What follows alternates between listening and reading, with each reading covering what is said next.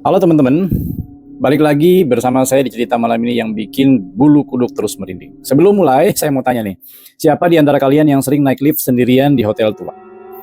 Ayo, ngaku. Banyak yang milih-milih hotel tua karena harganya murah. Jakarta, Surabaya, Samarinda, Balikpapan, Makassar. Biasanya sih aman-aman aja ya pada umumnya. Cuman kadang pas pintu lift mau tutup, suka kepikiran gimana kalau tiba-tiba ada tangan dari luar yang nahan.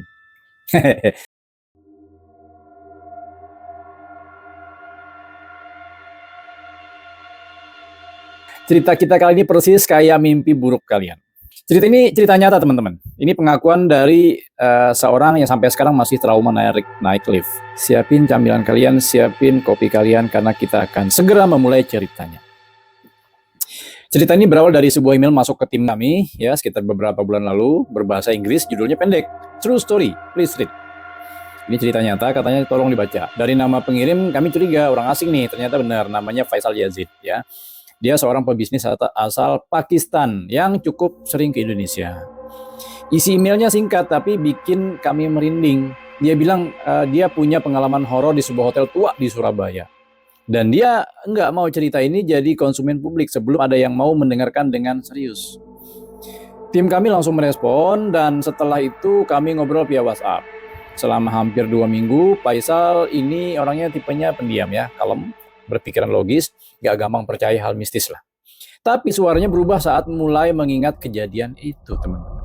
Kami akhirnya mendapat izin untuk menceritakan ulang pengalaman pribadi yang didapat oleh Faisal. Dan percayalah teman-teman, setelah saya dengar detail dari mulut dia sendiri, saya sampai 2 hari mikir ulang sebelum naik lift di apartemen atau di hotel tua. Ini bukan sekedar cerita yang receh ya. Ini tentang bagaimana realitas bisa tiba-tiba membalikan logika kita dalam hitungan menit, hitungan detik malahan. Jadi mari kita ceritakan kembali apa yang dialami oleh Faisal. Tepat seperti yang dia ceritakan ke kami. Jadi Faisal ini mengawali ceritanya dengan satu kalimat yang membuat tim kita diam sesaat. Dia bilang sampai hari ini setiap kali dia memejamkan mata di kamar hotel manapun dia berada, entah di Pakistan, di India, di Inggris, di Indonesia, dia masih bisa mencium bau amis menyengat itu. Bau yang katanya nggak mungkin dilupakan oleh otak normal manusia. Dia sudah mencoba untuk konseling, sudah ganti pekerjaan supaya nggak perlu pergian lagi gitu. Tapi tetap saja bau itu muncul dalam mimpinya, bayangin. Faisal bahkan mengaku lebih baik kehilangan setengah hartanya daripada mengulang 1 menit pun dari pengalaman itu. Itu bukan ketakutan biasa, teman-teman. Itu trauma berat yang membuat dia sampai muntah darah saat kejadian berlangsung.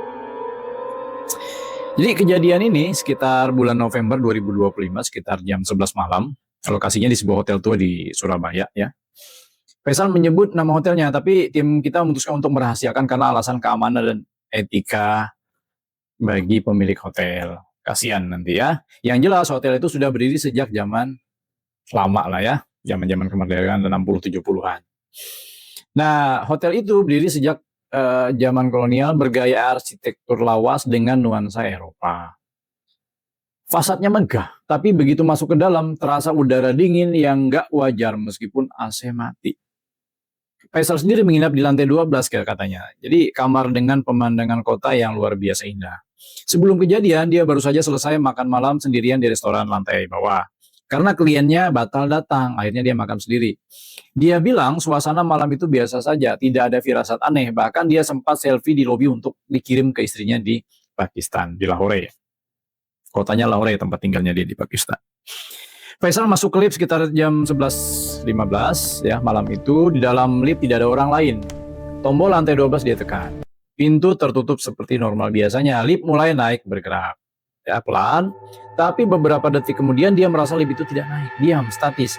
Malah terasa seperti turun, teman-teman. Awalnya dia pikir cuma sensasi karena lift tua. Ya, sensasi. Tapi saat dia melihat indikator lantai, jantungnya berdegup lebih cepat. Angkanya tidak menunjukkan lantai 11, 10, atau 9 ya. Yang dia lihat adalah huruf B. B1, lalu B2. Lalu tiba-tiba melompat ke B5. B7 kemudian B99. Faisal mengira matanya salah lihat nih. Mungkin rusak kali ya liftnya. Dia mengecek mata, menekan tombol darurat berapa kali, tidak ada yang merespon. Tidak ada suara alarm, tidak ada intercom. Lift terus bergerak turun. Dingin mulai merambat dari lantai lift ke sepatu kulitnya. Dan teman-teman, disinilah semuanya berubah. Lift itu akhirnya berhenti.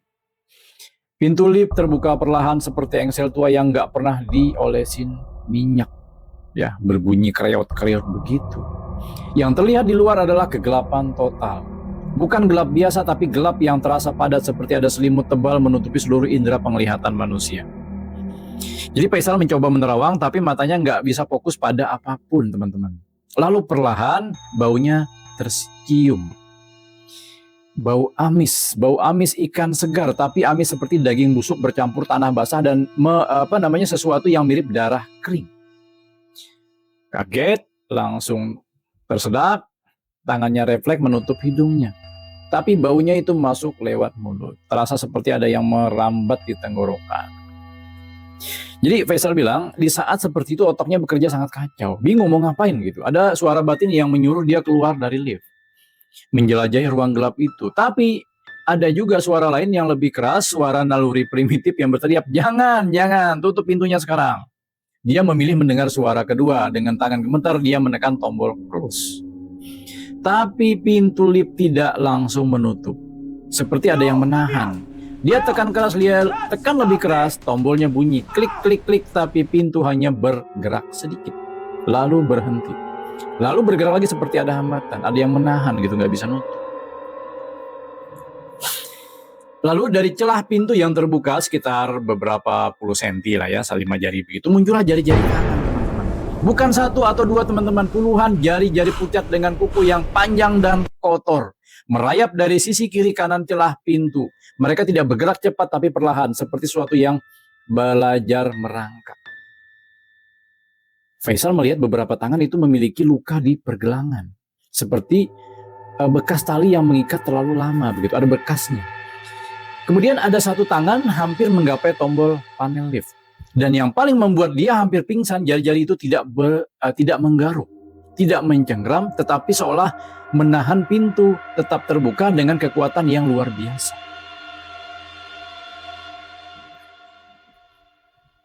Pelan, tenang, seperti mereka tidak terburu-buru, seperti mereka punya waktu selama-lamanya untuk mengontrol Faisal. Faisal berteriak sekuat tenaga, bukan teriakan minta tolong, tetapi teriakan primal yang keluar begitu saja dari mulutnya. Dia menendang panel lift, menekan semua tombol lantai, tombol alarm, tombol apapun yang bisa ditekan, dan tiba-tiba tanpa aba-aba pintu lift mulai menutup. Tangan-tangan itu mencoba menahan. Ada bunyi seperti remasan daging dan patahan tulang yang kecil, tapi pintu tetap menutup paksa. 3 jari putus dan terjatuh di lantai lift. Faisal melihat dengan jelas jari itu jatuh ke bawah. Jari itu masih bergerak-gerak seperti ikan kehabisan air, ya, kayak kekeringan gitu. Sebelum akhirnya diam tangan itu. Teman-teman, seperti yang kita harapkan, lift mulai bergerak naik. Tapi detik itu juga, teman-teman, bayangkan Faisal masih sendirian, lantai lift berlumuran darah dan potongan jari-jari aneh itu. Dia memejamkan mata, menggenggam tali tasnya kuat-kuat, lalu dia mendengar suara dari luar lift meskipun pintu sudah tertutup rapat. Suara itu bukan teriakan, bukan tangisan, suara itu tepuk tangan, pelan berirama seperti banyak orang bertepuk tangan di kejauhan.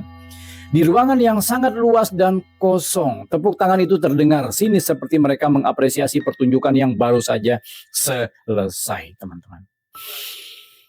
Saya menahan nafas, merinding, dan tiba-tiba suara itu berhenti bersama dengan bunyi ding, ya, lift yang menandakan pintu terbuka.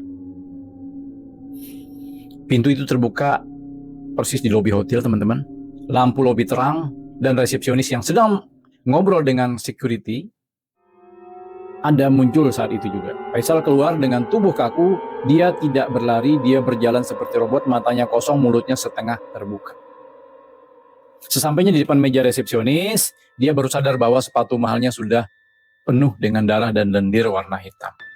Dia mau bicara nih, tapi yang keluar dari mulutnya bukan suara, melainkan darah segar. Dia muntah darah di lantai marmer lobi.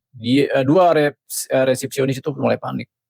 Satpam memanggil ambulan, Faisal pingsan dan baru sadar di rumah sakit keesokan pagi. Akhirnya dia pingsan, teman-teman. Hasil medis, kata Faisal, menyatakan bahwa dia mengalami shock berat hingga memicu pendarahan lambung akut. Tidak ada luka fisik di tubuhnya, tapi tekanan darahnya sempat turun drastis akibat takut yang luar biasa. Akhirnya, hari berganti hari, bulan berganti bulan, Faisal pulang ke Pakistan dan menjalani terapi. Faisal memutuskan untuk menyewa orang detektif swasta lah ya di Surabaya untuk menyelidiki hotel itu. Faisal sendiri yang memastikan, dan hasil investigasi membuat bulu kuduknya merinding. Detektif itu melaporkan bahwa pada malam kejadian lift yang Faisal naiki ternyata sedang dalam perbaikan total sejak jam 4 sore. Kabel power utama di lift itu sudah dicabut malah. Bahkan tombol darurat tidak menyala. Teknisi hotel sudah memberi stiker merah di lampu lift lantai dasar. Tapi anehnya lift itu tetap bergerak. Dan resepsionis yang jaga malam itu mengaku tidak melihat siapa-siapa pun keluar masuk lift selama 30 menit sebelum kejadian Faisal jatuh di lobi tersebut. Lebih dalam lagi, Faisal mencari tahu sejarah tanah di bawah hotel itu. Ternyata bangunan hotel itu berdiri di atas lahan bekas rumah sakit militer zaman Belanda, sekitar 1800 tahun 1800-an ya. Rumah sakit itu memiliki ruang bawah tanah yang tidak tercatat dalam dokumen resmi. Dari memoir seorang mantan perawat Belanda yang ditemukan di arsip Leiden, disebutkan bahwa ruang bawah tanah itu digunakan untuk praktik penyiksaan terhadap tawanan perang. Jadi sampai ke sana, si Faisal mencari informasi ya, akhirnya dia dapat tentang memoir sejarah bangunan itu. Di sana puluhan orang meninggal dalam kondisi menyedihkan. Tubuh mereka tidak pernah diangkat karena pihak kolonial saat itu panik saat Jepang mulai datang. Diduga lantai B99 yang dilihat Faisal bukan lantai sungguhan, tapi semacam gema lokasi. Seperti lift itu tidak bergerak vertikal, tapi menembus lapisan waktu, teman-teman. Nah, teman-teman sekalian, itulah cerita dari Faisal Yazid, warga Pakistan. Mungkin di antara kalian ada yang berpikir, cuma mimpi atau pasti dia habis minum itu. Tapi coba bayangkan kalau suatu hari kalian naik lift di hotel tua, lalu lift itu berhenti di lantai yang tidak ada nomornya atau tombolnya, apa yang kalian lakukan kira-kira?